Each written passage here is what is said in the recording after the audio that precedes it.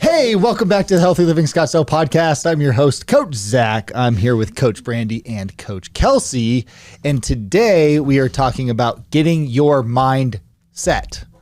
Not mindset, getting your mind set. Same. Kelsey came up with that. She's very proud of it.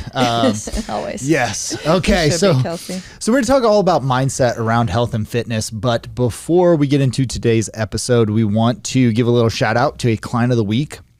And this client definitely has a great mindset, and it's Allison Barrett. Allison Barrett has been a member for, I don't even know, 8 years, I think. And she is here 5-6 days a week.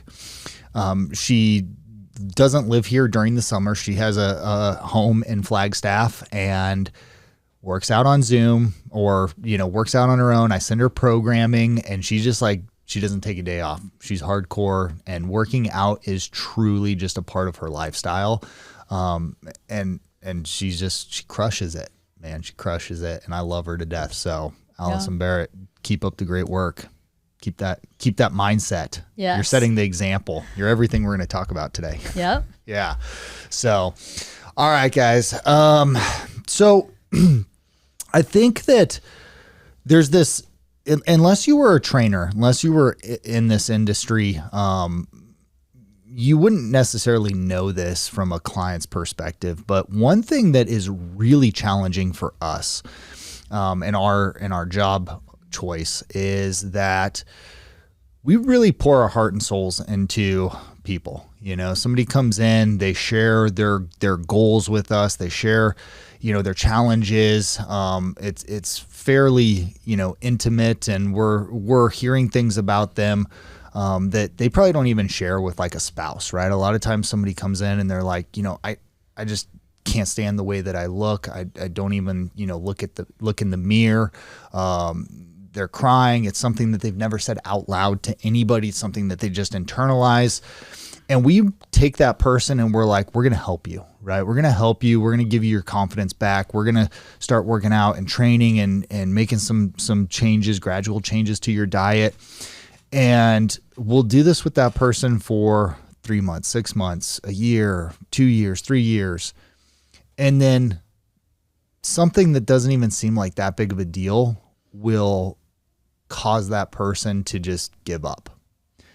And it's brutal. It's brutal, because we care so much about our clients, and we really do invest a lot of our time and energy into that person.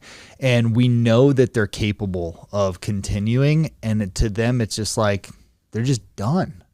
And I don't know if there's something very interesting kind of about that person or that personality, where it's almost like they're waiting for an excuse, right? Or a reason to be able to stop and give up. To me, it's almost like they're convincing themselves of that excuse. Like when you have something in your head, like that negative mindset, it just eats at you. The more that you think about it, the more you focus on that negative mindset, whatever that is, I feel like it just like keeps pushing. Eventually you're like, well, I might as well quit everything. And then you just stop.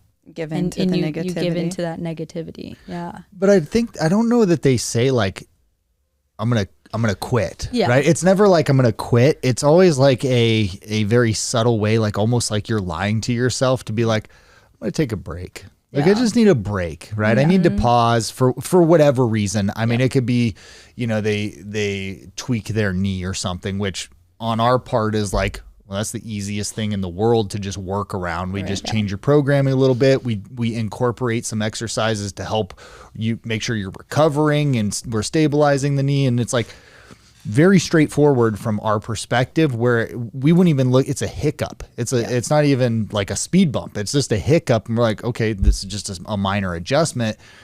But for that person, I think they're waiting for like this reason to say like, okay, I'm going to take a break here. And then that break turns into indefinite. Right. And I've seen it happen with members that we've had where they take a break and then 2-3 years later, they come back and they're in worse shape than they were when they first started, and they had made all this progress and they looked amazing and they felt amazing. And it's like, you get so much momentum, you're doing great. And then boom, whatever it is, they just let it throw them off. And then they're starting back over again. Yeah. You know, and I hate to see it. It's very interesting. One thing that I do is when somebody stops their membership with us, I reach out to that person at between 4 and 6 weeks after they've stopped. And I just check in with them. Hey, how's it going? Did you find a new program? Like, have you started a new program yet? 90% have not done a single workout since. These are the people that respond to me and share with me what's going on. 90% haven't done a single workout since they left. And so that's pretty profound, right? And then when I check in, I'll check in like 6 months to 9 months and see what's going on. And 95% of those people that at 30 days respond to me and say, hey, like, no, I haven't done anything yet. 95% still haven't started a workout program outside of walking. Mm-hmm. That's like, it's amazing, right? And you take somebody that was training like 3-4 days a week and lifting weights and doing really, really well, and they just like completely stop, fall off. Yeah. So,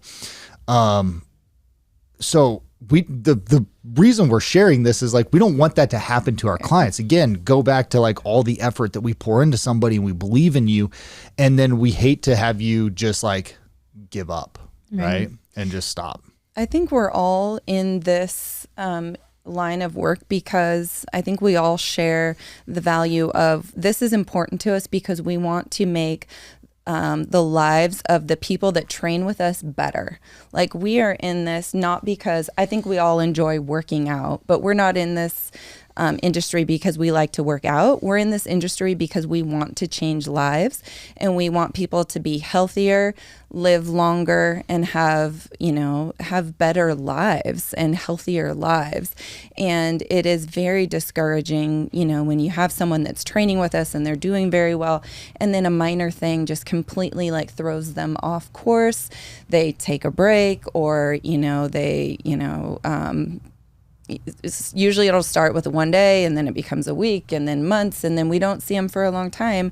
And like you said, they come back and they're in a worse place than they were, when they started with us previously. And I think mindset is the number one. I think it's the most important thing, the number one factor in terms of, are you going to go to the gym? Are you going to make health and fitness and nutrition a priority? It's all has to do with mindset. And if you don't have your mind in that right place, then you're not going to take the steps to make that happen. So I'm curious. I have a theory on the psychology of this. I'd be curious to see what your guys' opinion is, but there's this story. I can't remember the guy's name now.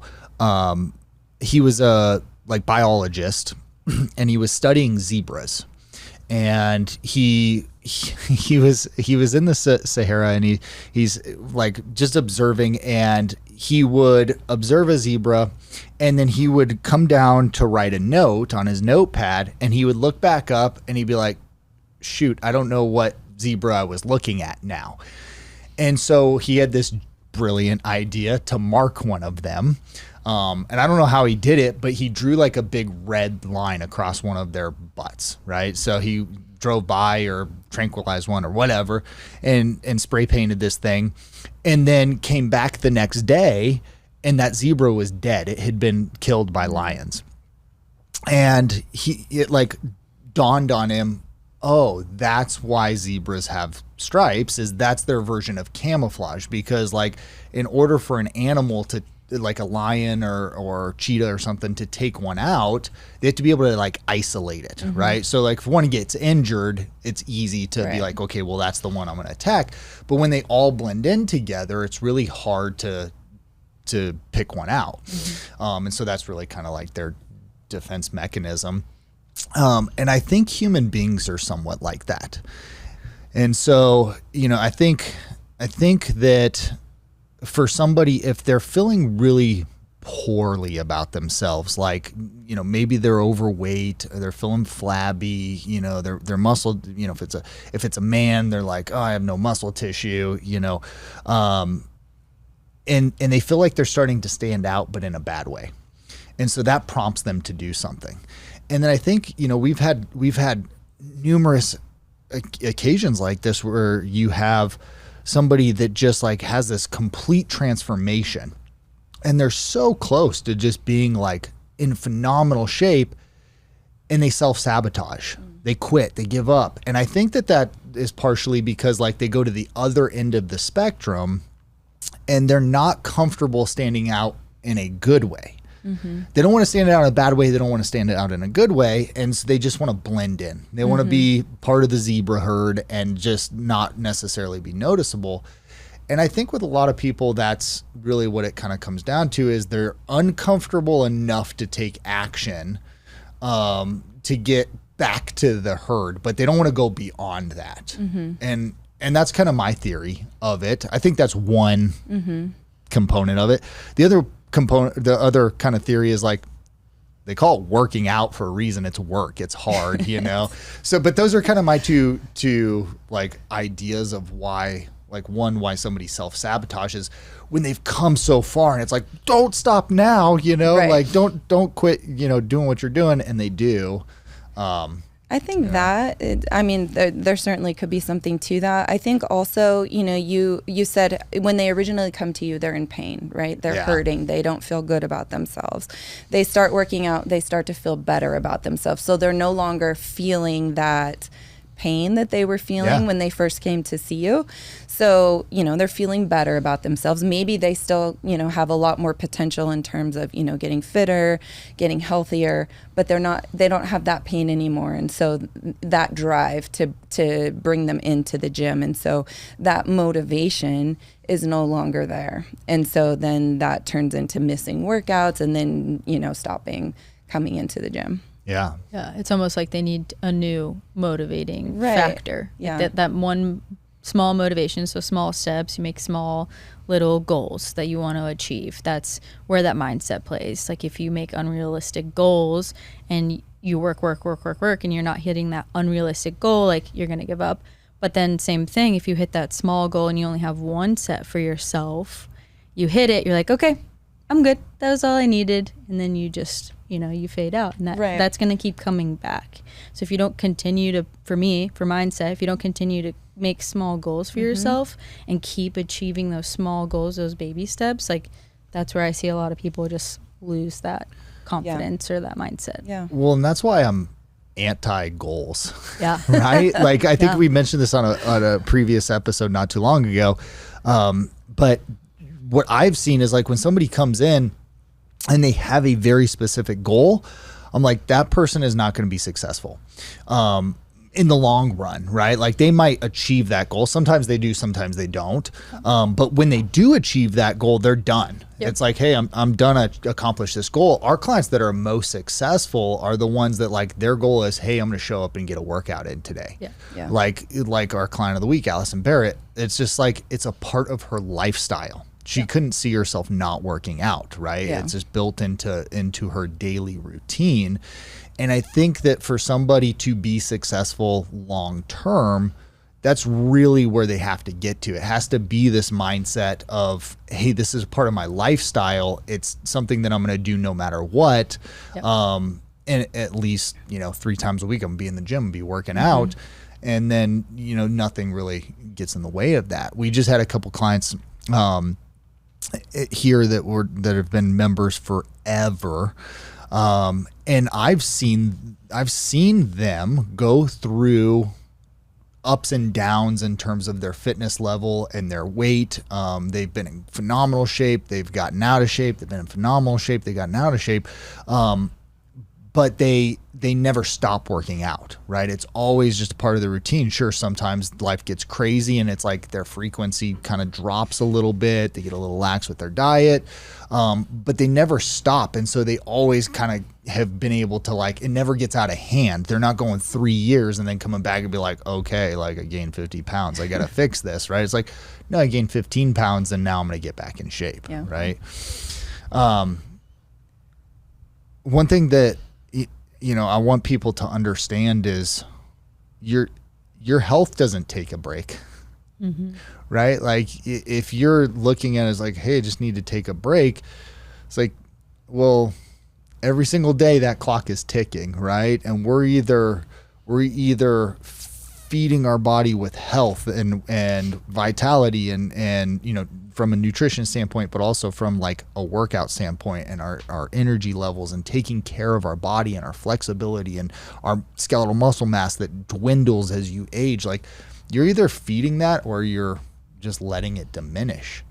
And the longer you let it diminish, the worse it's going to be, the harder it's going to be to get it back. And you might not ever come back from it. Right. I mean, I think people should really think of it as a longevity. Like if we're talking about goals, set a longevity goal. Like think about yourself when you're in your 60s to 80s and how you want to be when you're that age, and the steps you take in your 20s through 50s are going to project where you are when you're older in age. And the number one lifestyle change you can make to have an impact on where you are later on in life is exercise and nutrition. And if you take care of your bodies when you're younger and you build that in, you develop that intrinsic motivation where you are motivated to go to the gym, whether, you feel like working out today or not, it's just part of who you are. That will affect where you are later on in life. It matters. And people, it's amazing to me that the very first thing that people are willing to give up is their health. Like they'll sacrifice their health. They'll be like, oh, work's kind of busy right now, I'm just not going to work out. Like the very first thing that you're going to give up is your health. Right. Oh, well, I didn't have, like things are kind of crazy and I'm just going to hit the drive-through. It's like, okay, but that has consequences long term, right? Or the one that really gets me is when somebody comes in and they're like, I can't work out I got to take a break. I don't have any time to work out because my parents are old and I have to take care of them. And I'm like, you don't think that's a really good motivator so that you don't end up like that? So that when you're 90 years old, you're not pooping in a diaper and having somebody have to wipe your butt. Like you're still capable of getting up and going to the bathroom at 90 years old. Like, but because our health doesn't have immediate consequences, people are just willing to like sacrifice that. And the problem is like, once it's too late, it's too late. Like we have some members that have had heart attacks or been near a heart attack, and like the only thing that has saved them is that they took care of themselves. And then when they do have that event, or it's like, man, you would have died had you not been at least exercising, and now we found this issue, right? So it just matters. And if they hadn't been doing that, they're just a statistic, right? And they're gone, and their kids and husband, wife, family is just like, well, they had this thing that happened to them and didn't know any better, and now they're not here anymore, right? But people don't understand that, right? Or they just don't have that mindset. That's not part of their perspective. So, and I don't want to be all doom and gloom, but it's like, again, we care about you guys. We don't want that to be you. That's why we're saying, like, have some discipline and some dedication to just say, hey, I'm going to work out. I'm going to eat halfway decent, and I'm going to take care of myself so that I feel good now. And I age well.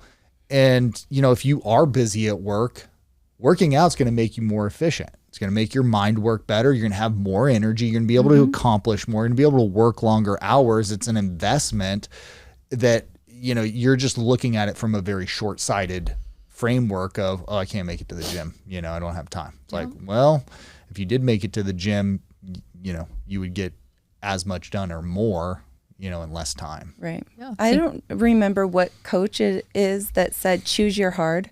Yeah. Right? Like, choose your hard. Either your heart is going to be making the decision to make it to the gym when you're younger. And yeah, sometimes it's hard. But if you make that decision, you will benefit from that, as opposed to not going to the gym when you're younger. And then the hard decision is when you're older and you're not able to care for yourself or your spouse. You have to have other people care for you. You're not able to travel when you're retired because you have health issues.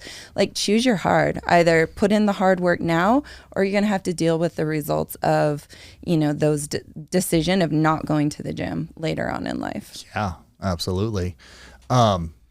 Kelsey, does your body hurt All the time. every day? Yeah, every day. Every day? Yeah. You got injuries and things that aches and pains? Sure. How about you, Brandy? Yep. Every day? Every day. Do you Every time I get up from sitting down. Every day. Yes. Do you guys still that work hip out? hurts. Yeah, all the time.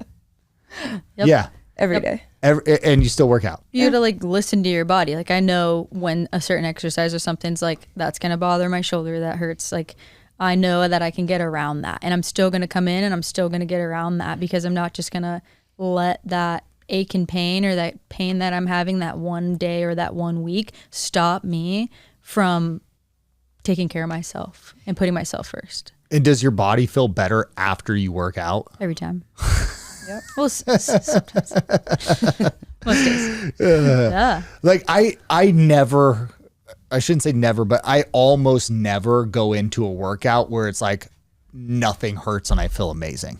You know, like I've got a separated AC joint. It's like, okay, I'm still going to do shoulder exercises because I know like if I don't, that's going to be exasperated and it's going to get way, way worse. But if I just push through the pain and I am, you know, obviously I know what to do. So for our clients, it's like, well, you know, that's what you have us for, is to know what to do, what not to do. But it's like, yeah, it hurts.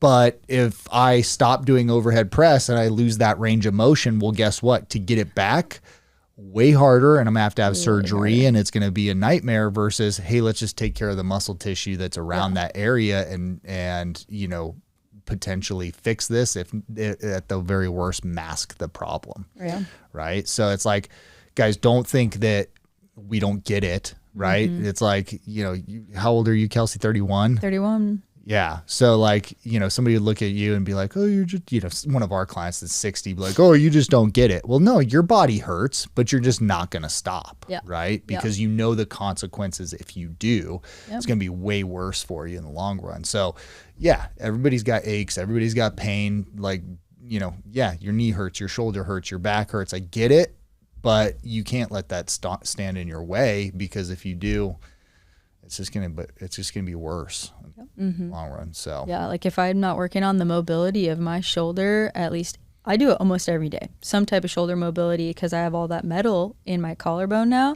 If I'm not working on that mobility, I'm not moving that shoulder at any point in any of my workouts. So like that's the only saving grace that I've had, so I can still do any type of like push pull exercise with that. Yeah. And if I'm not working on it, that thing's just gonna hang here and just going to be a part of me. We don't want that. Yeah. So, I mean, I think that the reason I wanted to have this episode is because, you know, all these things are reasons why people just completely give up. Work got a little bit busy. You know, I'm taking care of my parents. I'm stressed. I'm stressed at work. I have to take my kids to soccer practice. Like, you know, financially, sometimes it's a commitment for somebody. I'm like, well, I get that. Did you stop paying your health insurance? No. Oh, well, don't you think that this is like, you know, as equally important as your health insurance? Mm-hmm. Yeah. You know, it really is a health insurance policy. Yeah. You know, and people just don't have that perspective. A lot of times they look at working out as like, oh, right now things are a little bit slower at work. I got some free time. Oh, financially, I've got some free money. And they think that working out is just like a luxury. It's like, no, our majority of our clients are busy. They make time in their schedule to do this. You know, we have some very wealthy clients, but most of them aren't. Like, this is a sacrifice for them. It's just about your mindset. That's really what it comes down to. And, you know, at the end of the day, like, yeah, we don't want to preach at you, but the goal is like to get you to do it. And you're either going to do it or you're not going to do it, and you're going to be miserable at some point and regret that you didn't. So Never did it. Yeah. So stay consistent, guys. Stay consistent, prioritize the right things. And, you know, if we can't, at the end of the day, we can't make you prioritize yourself and your health, but we would like to. You should prioritize you first. Like, it's not, Yeah. I think people think about it as it's the gym. So I have to prioritize going to the gym. Like, no, that's your health. That's your body. So at the end of the day, why aren't you putting you first? Yeah. Because you should. You should. Absolutely. Yeah. All right, guys, that's all we got for you. We'll be back next week with more great stuff. Thank you so much for listening to the Healthy Living Scottsdale podcast. Do you have a question that you'd like for us to answer live on the podcast? If so, all you need to do is head over to the Apple Podcast app on your iPhone and do 3 simple things. First, leave us a rating and review telling me what you think of the podcast. In that review, ask anything you want related to health, fitness, or nutrition. And if you want a shout out, leave us your Instagram handle or name. That's all you have to do. Then listen to hear your questions answered live on the next Q&A episode.